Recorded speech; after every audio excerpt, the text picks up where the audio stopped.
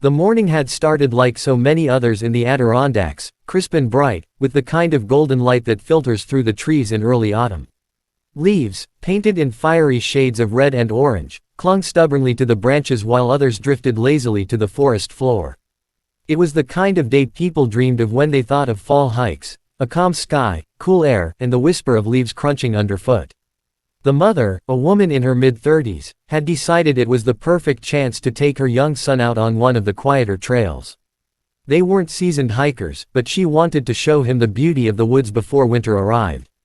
She packed a small day bag with snacks, water, and a camera, leaving their jackets zipped up against the chill. To anyone watching, it would have looked like a simple family outing, nothing unusual or concerning. When they parked their car at the trailhead, the lot was nearly empty. A ranger's truck sat in one corner, and a pair of backpackers were tightening their laces nearby, but otherwise the woods seemed still and inviting. The boy, full of energy, bounded ahead toward the trail marker, his laughter echoing briefly before the trees swallowed the sound. His mother called after him gently, reminding him not to stray too far. She locked the car, leaving her purse and most of their belongings inside, and slipped the key into her jacket pocket. That moment, mundane and ordinary, was the last anyone would see of them. Hours later, when they didn't return, concern began to stir. At first, there was no reason to panic. Hikers lose track of time all the time, especially in autumn when the woods feel endless and mesmerizing. But by late afternoon, when the sun began to dip and the air grew colder, a couple at the trailhead noticed the lone car still parked there.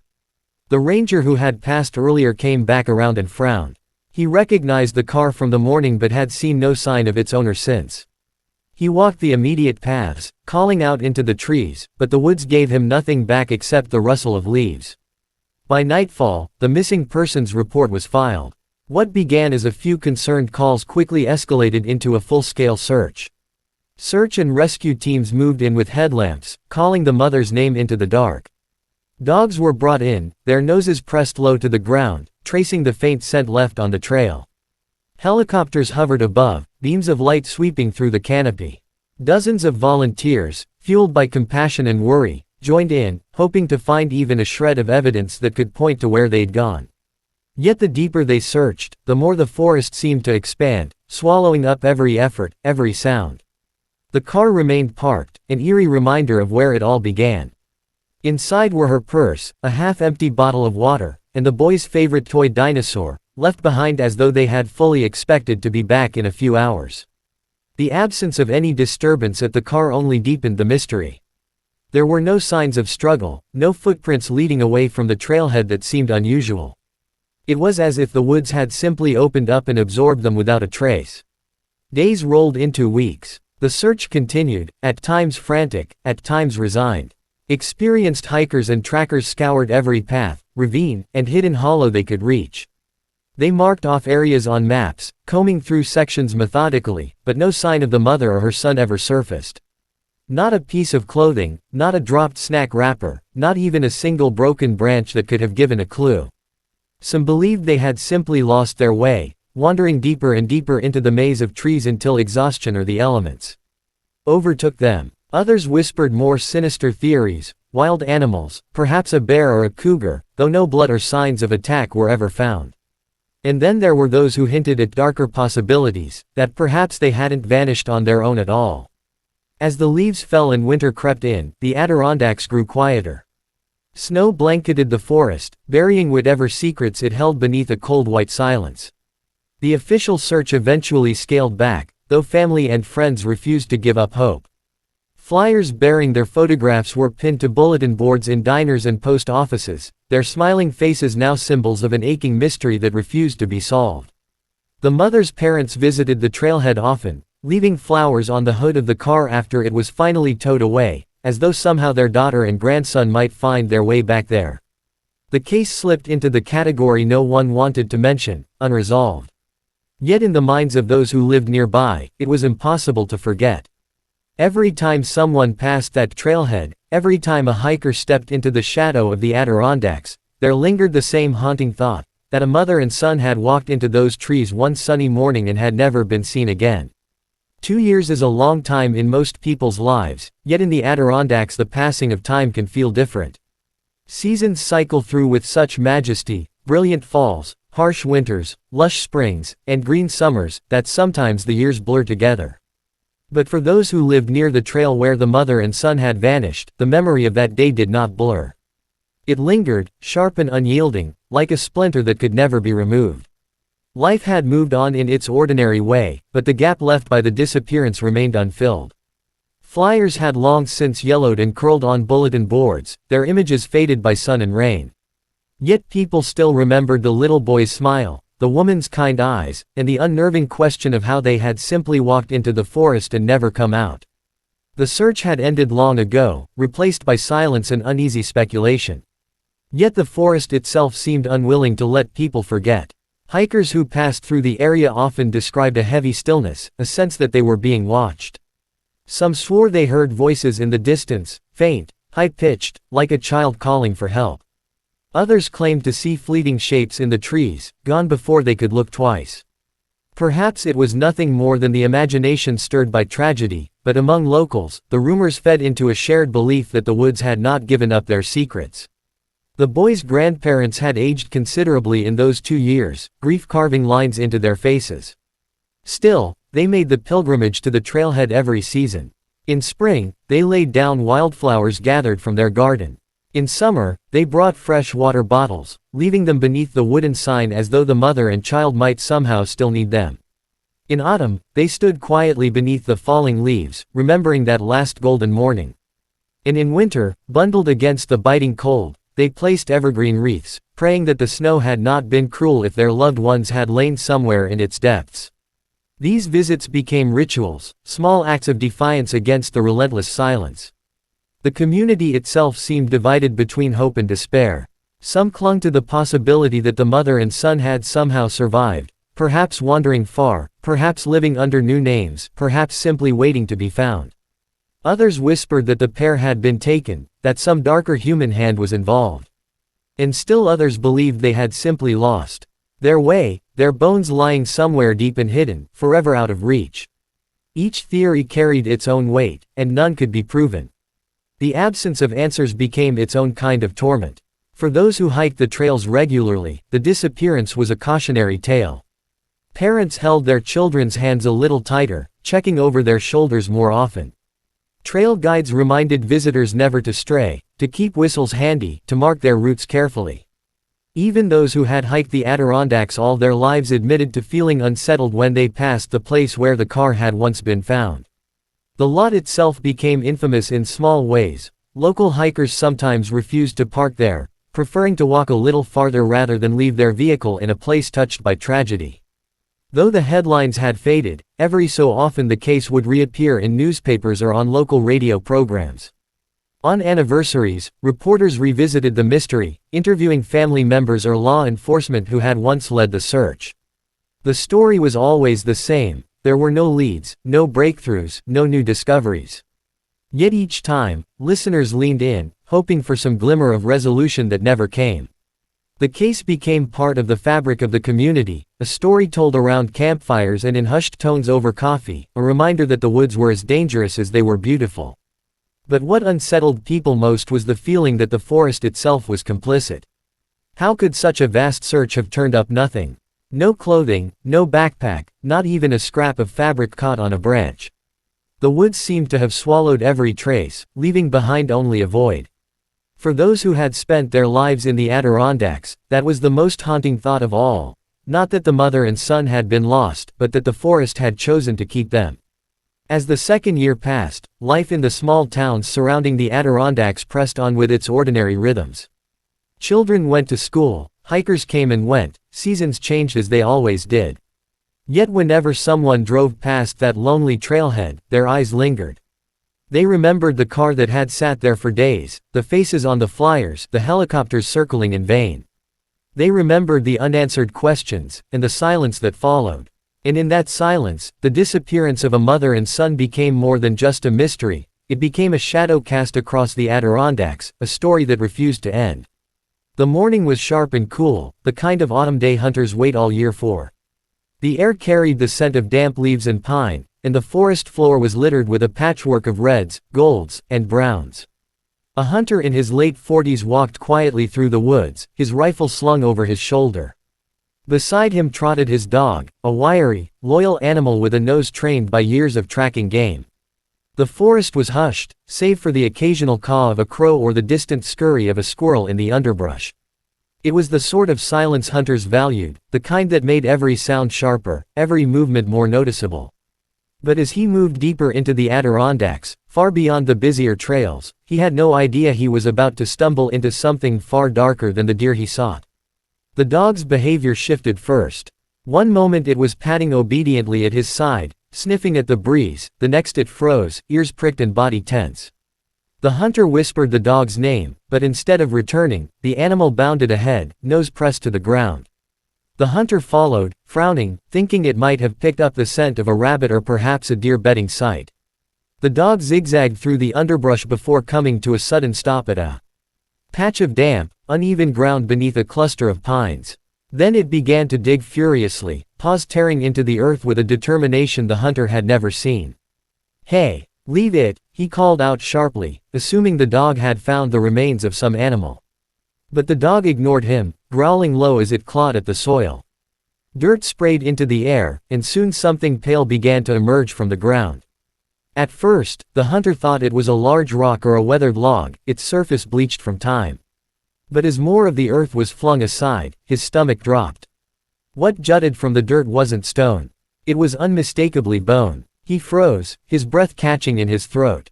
In his years in the woods, he had stumbled across plenty of animal remains, but this was different. The shape was wrong, round, hollowed, and fragile. It took only a moment for the grim realization to settle: the dog had uncovered a human skull. A cold rush of dread swept through him. He stumbled backward a step, rifle slipping slightly on his shoulder. His heart hammered, and for a long moment he could only stare. The skull was not buried deep, just covered by a thin layer of soil and rotting leaves, as if whatever, or whoever, had been placed there had not been meant to stay hidden forever. Beside the skull, tangled in the dirt, something else was visible, a scrap of faded fabric, clinging stubbornly to the earth. It looked like part of a jacket, worn thin by weather but still recognizable as clothing. The hunter forced himself to pull out his phone, his fingers clumsy and trembling in the cold air. Reception this deep in the woods was unreliable, but after shifting a few feet and holding the device high, he managed to dial emergency services. His voice shook as he tried to explain what he had found, the words catching as if speaking them made the discovery more real. The dispatcher's tone was calm, but urgent, instructing him not to disturb the site any further and to wait for authorities to arrive. He agreed, though he couldn't stop glancing at the skull half exposed in the earth, as though it might somehow vanish if he looked away. The wait for help was agonizing. The dog, now calmer, circled near the disturbed ground, whining softly, its instincts unsettled. The hunter leaned against a tree, trying to steady his breathing, his mind spinning through the possibilities. He had heard of people going missing in the Adirondacks, everyone had. But to come across their remains like this, after so much time, made his skin crawl. Who were they? How long had they been here? And why did it feel as though someone had tried to hide them, only to fail? When the sound of distant voices and the crunch of boots finally broke the silence, relief flooded him. Park rangers and deputies appeared, their expressions shifting from professionalism to grim recognition when he led them to the site. One knelt beside the disturbed earth, shining a flashlight over the skull despite the daylight, while others marked off the area with tape. Radios crackled with urgent calls for forensic teams and additional officers. The hunter stood back, arms crossed tightly over his chest, watching as the quiet woods transformed into the scene of a grim investigation. In that moment, he realized the forest had given up a secret it had kept for far too long. And as he stared at the hollow eye sockets staring back from the earth, he couldn't shake the chilling thought that this was not the whole story, only the beginning of one far darker. The news traveled quickly, faster than the hunter could have imagined. Within hours, law enforcement had descended on the site, their vehicles parked in a cluster at the edge of the forest. Yellow crime scene tape flapped lightly in the cool October breeze, cutting a stark line between the ordinary woods and the grim discovery buried within them. The hunter stood on the periphery, still shaken, while forensic teams moved with methodical precision, kneeling at the disturbed patch of soil where his dog had first begun to dig. Cameras clicked, Evidence markers dotted the ground, and the once quiet woods now pulsed with radios, hushed conversations, and the sound of shovels carefully lifting earth. The skull was only the beginning. As investigators widened the dig site, more bones surfaced, fragile and stained with years of soil and moisture. Slowly, painstakingly, they began to reconstruct what had been hidden. The outline of a body took shape first, a woman's remains, her bones arranged in a way that suggested she had not simply fallen there but had been placed. Near her lay the smaller frame of a child, the discovery that made even the most hardened investigators pause in grim silence. It was one thing to unearth death in the wilderness, but it was another entirely to uncover the evidence of a mother and son, long missing, now revealed in the most haunting way possible. Among the remains were scraps of clothing, faded and tattered but still identifiable. A torn jacket, its zipper rusted with time. A small sneaker, its sole cracked but unmistakably child-sized. Even a few strands of hair, tangled and fragile, clung stubbornly to the damp earth. Each item was carefully lifted, photographed, and sealed into evidence bags, the weight of their significance hanging heavy in the air. To the casual eye, these were just remnants of lives once lived. To the investigators, they were pieces of a puzzle, a story waiting to be pieced back together. Forensic specialists whispered over the bones, their gloved hands hovering delicately as they took samples for testing. Though no one spoke aloud what many already suspected, the truth hung unspoken in the crisp air. These were almost certainly the missing mother and son who had vanished 2 years earlier. DNA would be needed to confirm it, but the clothing alone, the size, the style, the details, was enough to stir a grim certainty in those who remembered the case. The discovery should have been an answer, but instead it raised new and unsettling questions. The location of the remains was far from where search teams had concentrated during those first desperate weeks. The area had even been combed over in earlier sweeps, marked as cleared, and yet now here they were, resting in shallow soil as though freshly buried. How could such a site have been overlooked before? Had the bodies been there all along, hidden just beneath the surface, or had someone moved them there later, deliberately placing them in a spot where they might eventually be found? The medical examiner spoke carefully when pressed for immediate answers, noting that the remains showed no clear signs of animal disturbance. That in itself was unusual. In the wilderness, nature rarely leaves its dead untouched, and yet here the bones were intact, orderly, almost preserved in their arrangement. No scratches, no scattering, no obvious signs of a violent end, at least not to the untrained eye. But there was something about the way they lay that suggested intention, as though someone had taken the time to cover them, not with the permanence of a grave but with the hasty concealment of a secret. Law enforcement officers exchanged uneasy looks as they bagged the evidence. The missing persons case that had lingered for 2 years was no longer a mystery of absence but a mystery of presence, proof that something terrible had happened, but no clarity as to how or why. The boy's backpack was missing, as was the mother's phone. Their absence fueled speculation that someone had taken them, perhaps as trophies. Perhaps as evidence destroyed. Back at the command post set up near the trailhead, detectives pored over maps and old case files, comparing the location of the discovery to the areas previously searched. The discrepancy gnawed at them. Some whispered the possibility that whoever was responsible had returned months, maybe even weeks ago, to place the bodies here. Others resisted that idea, unwilling to consider that a killer, or someone with something to hide, might still be moving through the same woods where families hiked every weekend. By nightfall, the remains had been carefully collected and transported away under the watchful eyes of the deputies, their convoy slipping down the mountain roads in grim silence. The site itself remained cordoned off, floodlights casting an eerie glow on the freshly disturbed earth. The hunter, long since dismissed, sat in his truck at the edge of the parking lot, staring blankly ahead, unable to shake the image of the pale skull emerging from the soil. The woods had given up a secret, but not the truth. The discovery provided answers to the question of where the mother and son had gone, but it only deepened the far greater question of what had really happened to them. And for the investigators tasked with unraveling the mystery, the unearthed remains were not the end of the story, they were the beginning of one far darker, one the Adirondacks had held in silence for far too long. The discovery should have brought closure, but instead it left a hollow ache that spread through the community like a chill wind. For 2 years, people had asked only one question: where did they go? Now they had an answer, and yet the answer solved nothing. The bodies of the mother and her young son had been found, yes, but the mystery of how they ended up in that shallow grave remained as murky as ever. Relief clashed with dread. Family members, long suspended between hope and grief, were now forced to confront the reality of loss, and with it came an avalanche of new questions that refused to be silenced. The mother's parents sat in their living room as reporters camped outside their driveway, microphones ready to capture their reaction. Their eyes were red-rimmed, their hands clasped tightly together, as they spoke in hushed tones about the bittersweet news. They were grateful their daughter and grandson had finally been found, no longer wandering, no longer lost to the wilderness, but the circumstances unsettled them deeply. The location made no sense, the condition of the remains even less so. "We can accept that they're gone," the grandmother whispered to a local journalist, her voice trembling. "What we can't accept is not knowing what really happened to them." In town, theories spread like wildfire. Some believed the pair had succumbed to exposure after becoming hopelessly lost.